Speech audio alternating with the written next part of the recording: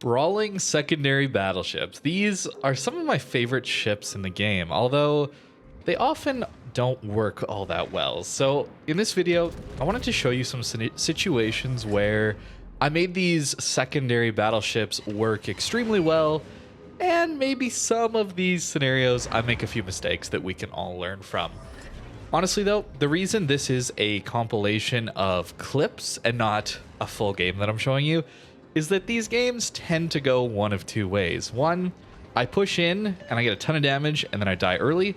Or two, that there's really only one portion of the match that lasts a couple minutes that I am doing anything remotely interesting, and then that's about it for my game. The game is won, it's a steamroll, that kind of thing. Because a brawling secondary battleship has a huge impact on the game when played correctly. In this case, I pushed a little too aggressively. We'll talk about the mistakes I made a little bit later, but we're going to get this Des Moines killed. And that's crucial for our team winning this C flank. If we can win the C flank, well, you can see our team has definitely won in B, and that's just going to be a wrap for this game. Secondaries finishing off the Des Moines, and we're going to focus our secondaries up onto the Republic. I make a bit of a mistake, though, dealing with that Des Moines. I should have kept my rear turrets on him and finished him off quickly, since our friendly Des Moines ended up dying to that Des Moines. Even though we had a massive, massive advantage on him, our Des Moines pushed out. And here's mistake number 2. Pretty obvious mistake, but don't eat torpedoes. In actuality, though, the mistake was pushing before my Hydra was ready. That's really the big mistake here. Pushing into a Gearing and Holland crossfire is never going to go well, but especially without a Hydra. Although we did manage to get up to 150k that game. A pretty successful brawl, but a few mistakes, pushing a little too early and not focusing out the priority target.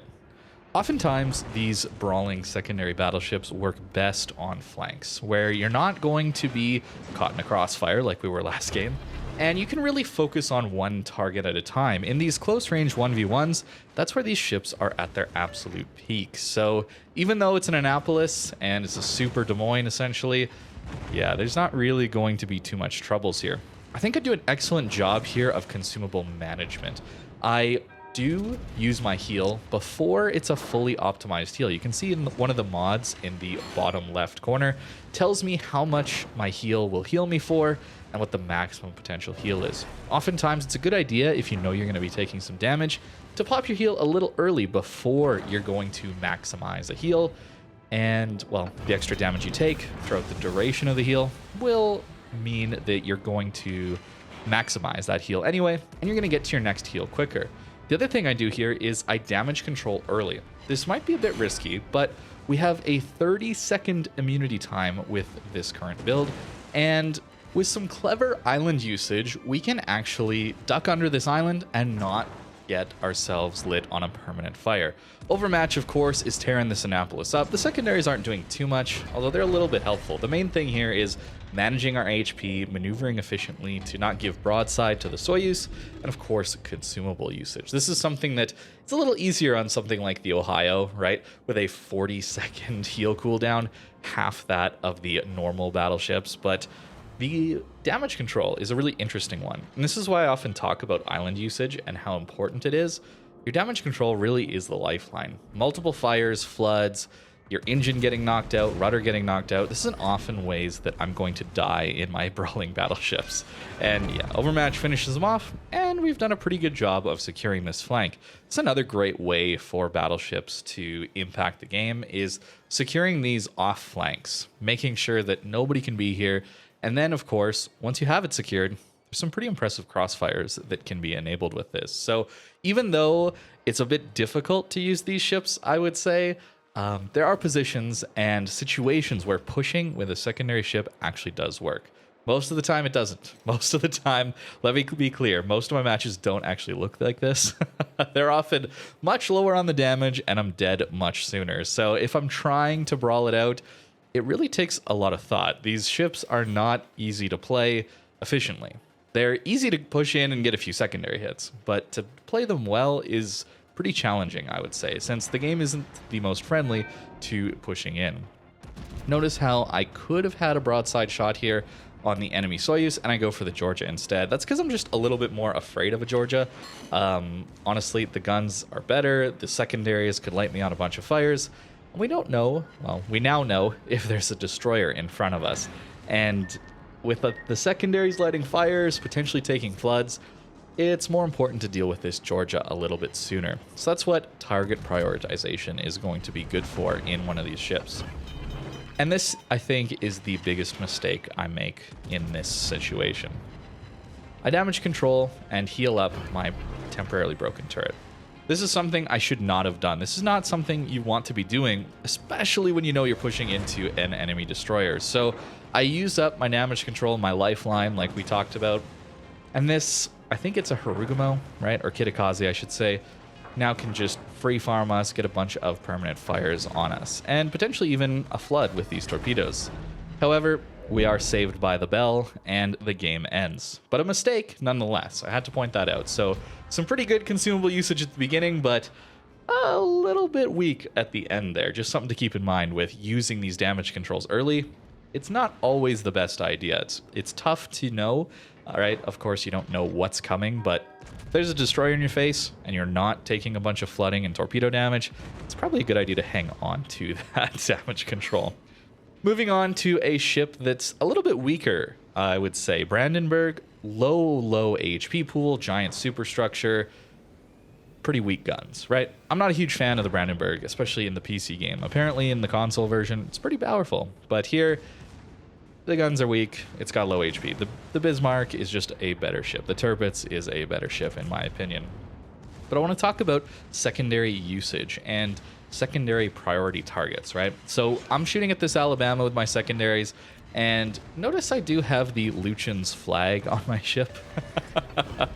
And yeah, the problem here is that I'm going to get too greedy with my secondaries to try and proc the Lucian's buff, where if we get 100 secondary hits, we get, I believe, a 10% better reload on the secondaries. With these full secondary builds, it's easy to get too involved with maximizing the secondaries and not playing smart, which is why I tend to not run a full secondary build anymore. I'll talk about that at the end of the video, what my recommended build for most brawling battleships is. But there's a destroyer sitting 7 kilometers, 8 kilometers away from me. Why are my secondaries not on him? Why am I not shooting my main guns at him?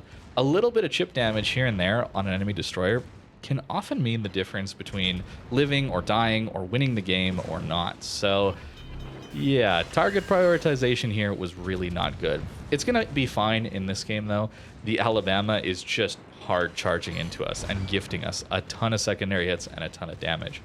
And we're also going to do pretty good on the other side of the map. So it's not the end of the world, but better target prioritization is important with these secondaries. Of course, at longer ranges, maybe at 10, 12 kilometers like this, well, I probably wouldn't click on the destroyer since we're unlikely to hit. Secondaries are pretty bad against small targets, especially at range, and especially if they're kiting away. A weird quirk to the way secondaries fire and their aiming point is that when ships are coming towards you, you're going to get many more secondary hits than if they're going away from you. There's just something weird with the code there, and yeah, it's a little better to have people push into you than to be pushing into people running away. This game, not much on the main gun damage, but secondaries did some decent work there. The Brandenburg can be a good ship, but honestly, it's nowhere near as good as like a Tirpitz or a Bismarck. It's pretty rough. On to the super ship, the Super Hanover, right?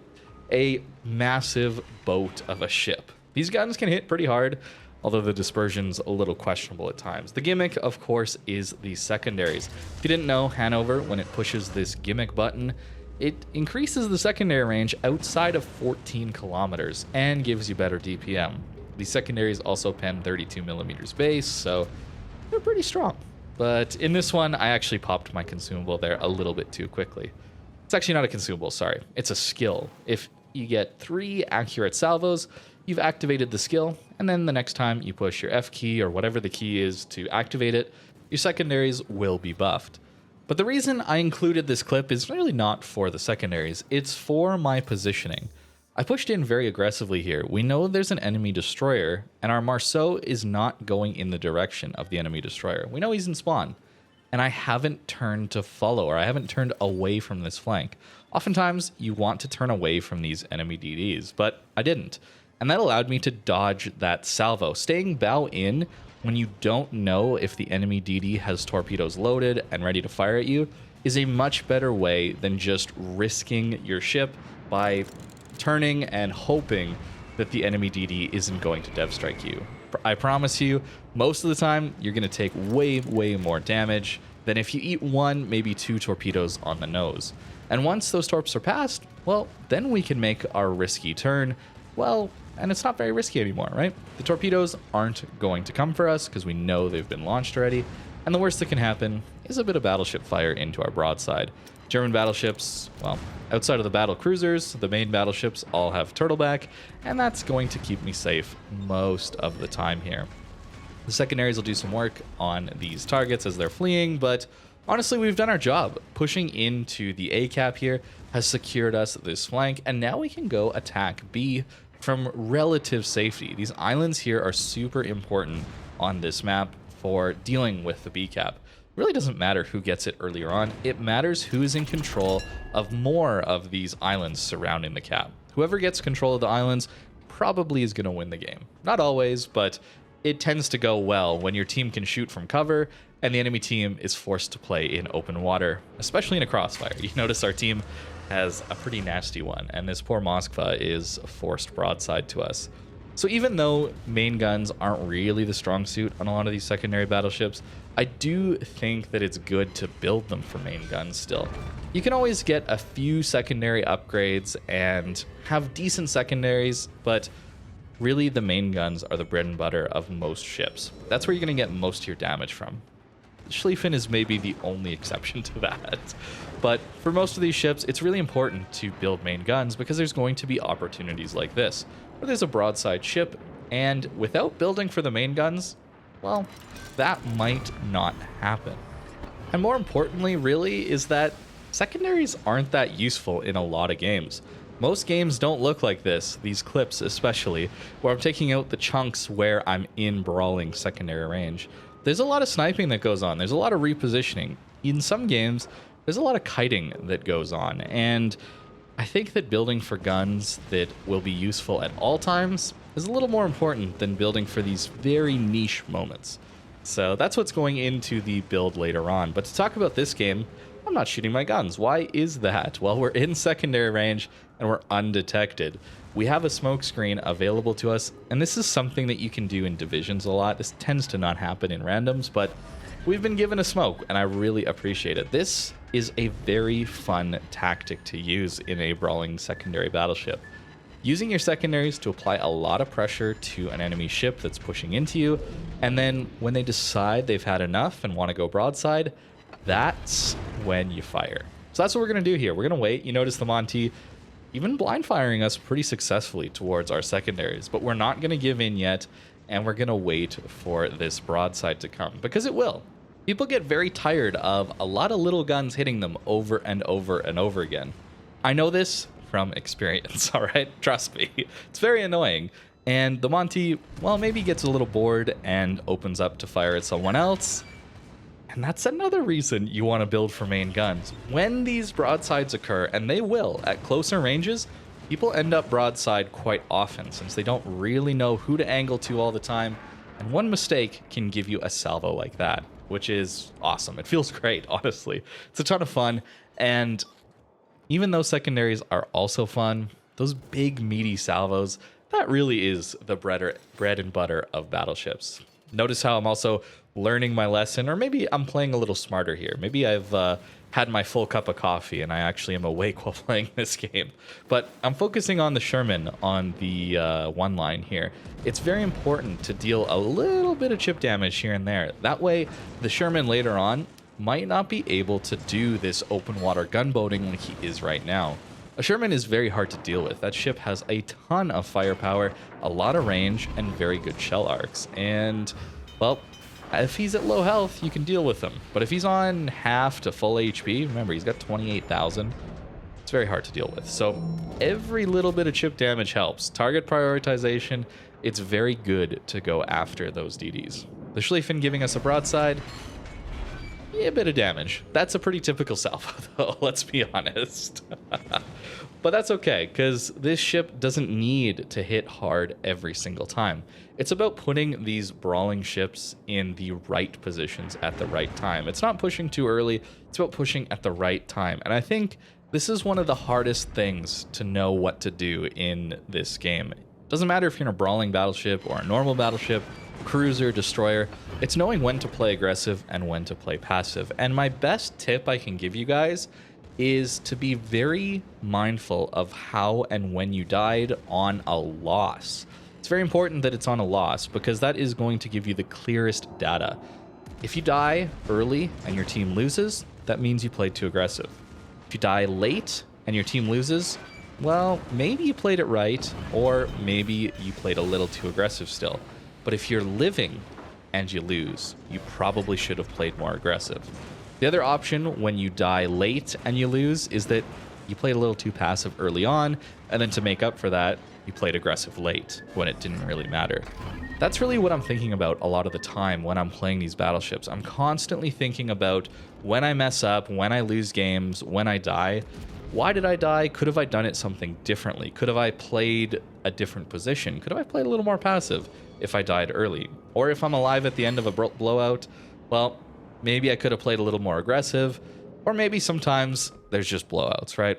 Keep that in mind, guys. I'm of the opinion that around 30% of games are just automatically going to be won no matter what you do, and 30% of games are going to be automatically lost no matter what you do. This is for people playing solo, not in a div. It's really that middle 40% of games where you really know that you have some battle impact on the game, and that's where you want to be thinking about these things. As for the build, I really do believe that a hybrid build is best for a lot of these brawling battleships, where you're taking secondary upgrades on your commander, you're taking healing, you're taking fire prevention. You do give up concealment, but I think this is important because concealment isn't the most useful on these ships. It's important to mitigate the amount of fires. It's important to have a lot of heals into the late game. And in the games where you do need a lot of healing, where you have to play a little bit more passive, it's really, really nice to have this extra healing. And I prefer it over concealment, but that might be just my opinion. Concealment's also very strong. Don't give up fire prevention, though. That is a must. Of course, I think Adrenaline Rush is the best tier 3 skill, but in these hybrid builds, if you don't have a 21-point commander, like I happen to not here, I do want to run long-range secondary battery since it's nice to have that extra little bit of range. Gunfeeder is, I think, a must if you don't have good overmatch. You'll know that based on, at tier 10, if you have 406mm guns and below, probably take Gunfeeder. If you have bigger guns than 430mm, I think that's the 30mm overmatch threshold, taking something else can be good. I like Emergency Repair Expert. You could take Demo. You could even take Preventive Maintenance to try and keep your guns alive a little bit longer. As far as the equipment, this is the hybrid portion. This is where it's a hybrid ship. I'm not taking Secondary Battery Mod 1. I'm taking Aiming Systems Mod 1. We miss out on 15% secondary range and dispersion. You'll notice this is 20, but Aiming Systems Mod still gives us an extra 5, and more importantly, gives us that 7% better dispersion. And it's pretty noticeable on a lot of ships. I really do think that it's important to have that extra accuracy. I am a little biased towards steering gears at the moment, given how many carriers and subs are in the game. I don't really want to be stationary in a lot of these ships. I want to be constantly on the move, so that's why I'm not taking Propulsion Mod anymore. But Damage Control System Mod 2 is a great choice as well. I think any one of these three could be really good. Concealment's a must here. I have tried the full heal builds. They're pretty fun, but Concealment is just so much better. Not only does it give you 10% better concealment, but look at that, 5% dispersion to enemies firing at your ship. So essentially, you're negating most of Aiming Systems Mod 1 just by taking Concealment System. Yeah, it's pretty powerful, pretty powerful.